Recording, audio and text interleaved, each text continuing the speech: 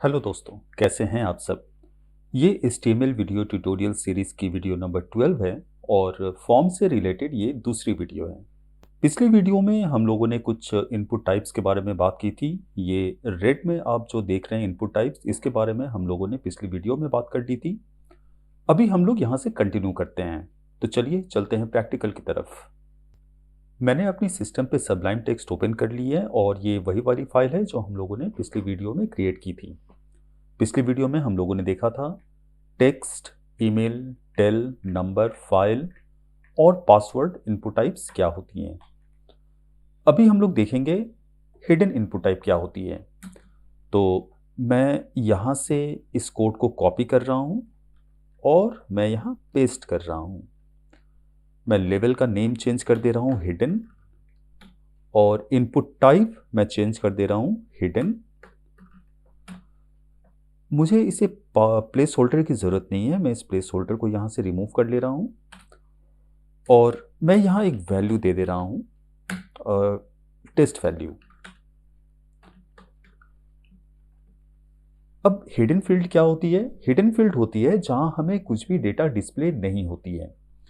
ये हम लोग यूजुअली तब यूज़ करते हैं जब हम लोग किसी डेटा को किसी और सोर्स से हम लोग फेच करते हैं, किसी और लोकेशन से हम लोग फेच करते हैं, और उस डेटा को जब हम लोग स्क्रीन पे दिखाना नहीं चाहते हैं तब हम लोग हिडन वैल्यू की यूज़ करते हैं।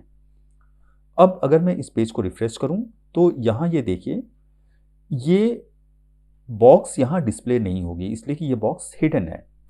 ये देखिए यहाँ डिस्प्ले नहीं हो रही है, ये लेवल यहाँ डिस्प्ले हो रही है, मगर ये बॉक्स, ये इनपुट टाइप जो हम लोगों ने यहाँ मेंशन की है वो इनपुट बॉक्स यहाँ डिस्प्ले नहीं हो रही है। तो हम लोग इस वैल्यू को फेच तो कर रहे हैं, इस वैल्यू को हम लोग यहाँ पे टेक्निकली हम लोग फेच कर रहे हैं, मगर इसे हम लोग डिस्प्ले नहीं कर रहे हैं। मगर ये यहाँ पे है लेकिन ये डिस्प्ले नहीं हो रही है। अगर मैं आपको इंस्पेक्ट एलिमेंट करके दिखाऊं तो ये यहाँ आपको डिस्प्ले हो जाएगी। मैं इंस्पेक्ट एलिमेंट करके उस सेक्शन में जा रहा हूँ, ये देखिए ये यहाँ पे है मगर ये डिस्प्ले नहीं हो रही है। तो हम लोग इसी पर्पज से हिडन फील्ड की यूज़ करते हैं जब हम लोग डेटा एग्जिस्टिंग है मगर हम लोग ब्राउज़र पे डिस्प्ले नहीं करना चाहते हैं। नेक्स्ट है कलर। मैं इसे कॉपी कर रहा हूँ, मैं इसे कॉपी करके मैं यहाँ पेस्ट कर रहा हूँ। अभी हमें यहाँ वैल्यू की भी ज़रूरत नहीं है, मैं वैल्यू रिमूव कर दे रहा हूँ और यहाँ मैं चेंज कर दे रहा हूँ लेवल कलर, और इनपुट टाइप में कर दे रहा हूँ कलर।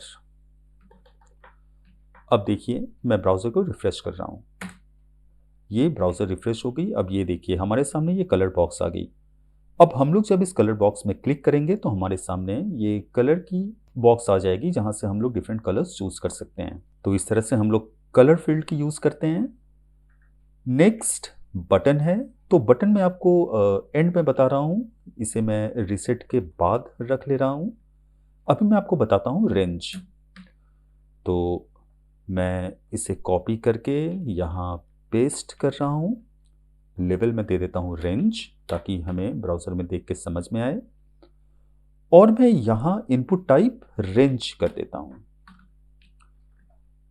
अब देखिए ये यहाँ रेंज डिस्प्ले हो रही है, ये आप देख रहे हैं, ये एक मीटर की तरह जिसे हम लोग माउस की मदद से ड्रैग कर सकते हैं, ये रेंज है। अब ये डिफ़ॉल्ट वैल्यू होती है, यानी जब आप इसे रिफ्रेश करेंगे तो ये बाय डिफ़ॉल्ट ये मिडिल तक सिलेक्टेड रहेगा यानी 50%, मगर हम लोग इसे चेंज कर सकते हैं। हम लोग एक मिनिमम वैल्यू दे सकते हैं 0 और मैक्सिमम वैल्यू भी हम लोग दे सकते हैं। मैं यहाँ 100 दे रहा हूँ। बाय डिफ़ॉल्ट इसकी मिनिमम वैल्यू होती है 0 और मैक्सिमम वैल्यू होती है 1।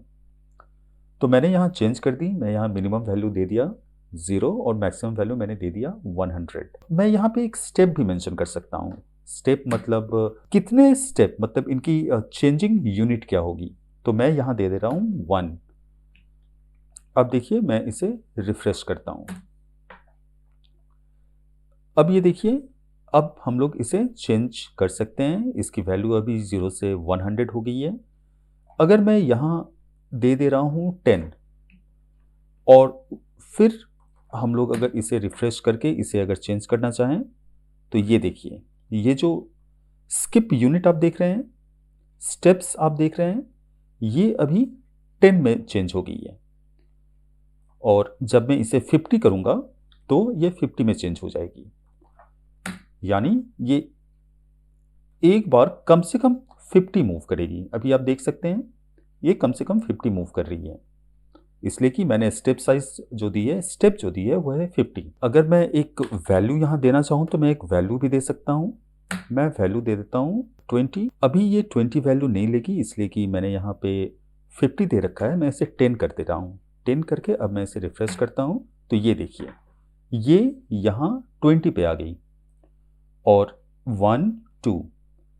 अगर मैं आपको दिखाऊं ये इस पोजीशन पे था, मतलब ये 10 और ये 20। बाय डिफ़ॉल्ट मेरे प्रोग्रामिंग के हिसाब से जब मैं इसे रिफ्रेश करूंगा तो ये 20 पे स्टॉप रहेगी, ये देखिए। और फिर हम लोग इसे मैनुअली चेंज कर सकते हैं। तो इस तरह से हम लोग रेंज इनपुट टाइप की भी यूज़ करते हैं। नेक्स्ट हम लोग देखते हैं यूआरएल क्या होती है। यूआरएल जिस तरह से हम लोगों ने ईमेल फील्ड और टेक्स्ट फील्ड और फ़ोन फील्ड हम लोगों ने देखी, टेल फील्ड, उसी तरह से यूआरएल भी एक फील्ड है जो स्पेसिफिकली यूआरएल इनपुट के लिए बनाई गई है। तो मैं लेवल ले लेता हूँ, ये बिल्कुल सेम कोड है, मैं इसे इस बार टाइप कर रहा हूँ और मैंने यहाँ लेवल दे दी यूआरएल। अब मैं यहाँ इनपुट टाइप ले लेता हूँ यूआरएल, और मैं एक प्लेस होल्डर ले लेता हूँ, एंटर यूआरएल, एंटर यूआरएल। ये देखिए यहाँ एंटर यूआरएल डिस्प्ले हो रही है, ये प्लेस होल्डर है। अब इस फील्ड में आपको यूआरएल ही देनी होगी, यानी आप कुछ और नहीं दे सकते हैं। यूआरएल यानी आप www.example.com आप ऐसे दे सकते हैं। अगर आप चाहें तो आप ये www रिमूव कर सकते हैं, मगर ये एंड में जो एक्सटेंशन होती है .com, ये आपको देनी ही पड़ेगी, नहीं तो यहाँ इनवैलिड डेटा डिस्प्ले करेगा, इसलिए कि ये फील्ड जो है ये सिर्फ यूआरएल ही एक्सेप्ट करती है। मैं यहाँ एक ब्रेक दे देता हूँ और मैं यहाँ 2 ब्रेक दे देता हूँ, ब्रेक एंड ब्रेक। ओके, अब मैं इसे रिफ्रेश कर लेता हूँ, ये देखिए अभी ये फॉर्मेटिंग में आ गई है। नेक्स्ट है रीसेट और बटन। तो रीसेट का यूज़ हम लोग करते हैं जब हम लोग फॉर्म के डेटा को रीसेट करना चाहते हैं। रीसेट एक बटन होती है, एक लिंक होती है, जिसे क्लिक करने पे हम लोगों ने जो डेटा फिलअप कर रखा है फॉर्म में, वो डेटा इरेज हो जाएगा, वो रीसेट हो जाएगा। तो मैं इसे कॉपी कर लेता हूँ, इसे कॉपी करके मैं यहाँ पेस्ट कर रहा हूँ। लेवल मुझे ज़रूरत यहाँ नहीं है, इसलिए कि ये एक बटन है और बटन में वैल्यू रहती है, तो मुझे अभी लेवल की ज़रूरत नहीं है। प्लेस होल्डर में हटा ले रहा हूँ और मैं यहाँ पे एक वैल्यू दे देता हूँ। वैल्यू का नाम मैं देता हूँ रीसेट, और इनपुट टाइप में कर देता हूँ रीसेट। अब देखिए हमारे सामने एक बटन आ जाएगी, ये देखिए ये रीसेट बटन आपको दिख रही है। अब अभी ये क्लिक करने से आपको कुछ समझ में नहीं आएगा, मगर जब हम लोग यहाँ कुछ डेटा फिल करेंगे, मैं यहाँ डेटा फिल कर रहा हूँ, रैंडम डेटा फिल कर रहा हूँ मैं, 1 2 3 4 5 6 7 8 9 0 नंबर मैं कुछ दे देता हूँ। मैं एक फाइल यहाँ ले लेता हूँ, बर्ड्स। मैं एक पासवर्ड दे देता हूँ। हिडन फील्ड में ऑलरेडी हमारे पास एक वैल्यू है। ये कलर भी हम लोग चेंज कर सकते हैं। रेंज में यहाँ कुछ कर दे रहा हूँ, यूआरएल में कर दे रहा हूँ www.example.com।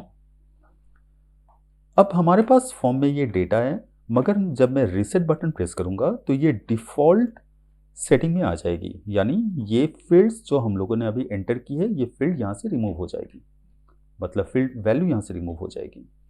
अब मैं रीसेट बटन प्रेस कर रहा हूँ, ये देखिए जितनी डेटा हम लोगों ने फिल की थी वो सारी रिमूव हो गई है।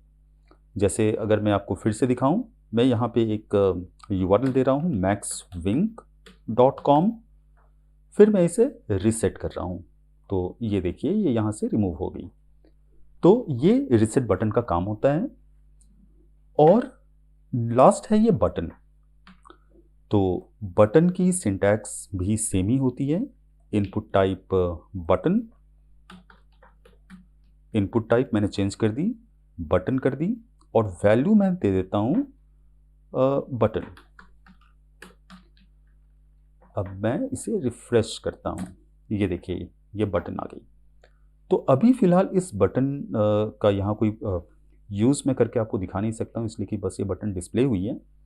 मगर जब हम लोग फॉर्म को सबमिट करवाना चाहते हैं या हम लोग कुछ एक्शन परफॉर्म करवाना चाहते हैं ऑन अ बटन क्लिक, तो उस वक्त हम लोग इस बटन पे अपनी कोडिंग कर सकते हैं। हम लोग यहाँ PHP की यूज़ भी कर सकते हैं, हम लोग यहाँ जावास्क्रिप्ट की भी यूज़ कर सकते हैं। तो ये बटन एक बटन को डिस्प्ले करने के लिए यूज़ होती है। रीसेट भी एक बटन है, मगर इस बटन का स्पेसिफिक एक फंक्शन है। स्पेसिफिक फंक्शन ये है कि आपने जो डेटा फिल कर रखी है उस फील्ड्स को रीसेट करने के लिए हम लोग रीसेट बटन की यूज़ करते हैं। और ये बटन जो है, ये बटन हम लोग डिफरेंट पर्पस में यूज़ कर सकते हैं। जैसे हम लोग फॉर्म को सबमिट करने के लिए भी यूज़ कर सकते हैं, फॉर्म की कोई पर्टिकुलर एक्शन को भी परफॉर्म करने के लिए यूज़ कर सकते हैं। तो ये डिपेंड करती है कि आपकी रिक्वायरमेंट क्या है, आप इसे कैसे यूज़ करना चाहते हैं। तो इस वीडियो में बस इतना ही। अगली वीडियो में मैं फॉर्म की इनपुट टाइप्स में कंटिन्यू करने वाला हूँ, और रिमेनिंग कुछ इनपुट टाइप्स हैं जिसे मैं अगली वीडियो में कंप्लीट कर दूंगा। तो अगली वीडियो देखना ना भूलें। अगर आपको ये वीडियो अच्छी लगी हो तो आप इसे प्लीज़ लाइक, शेयर और सब्सक्राइब करें। धन्यवाद।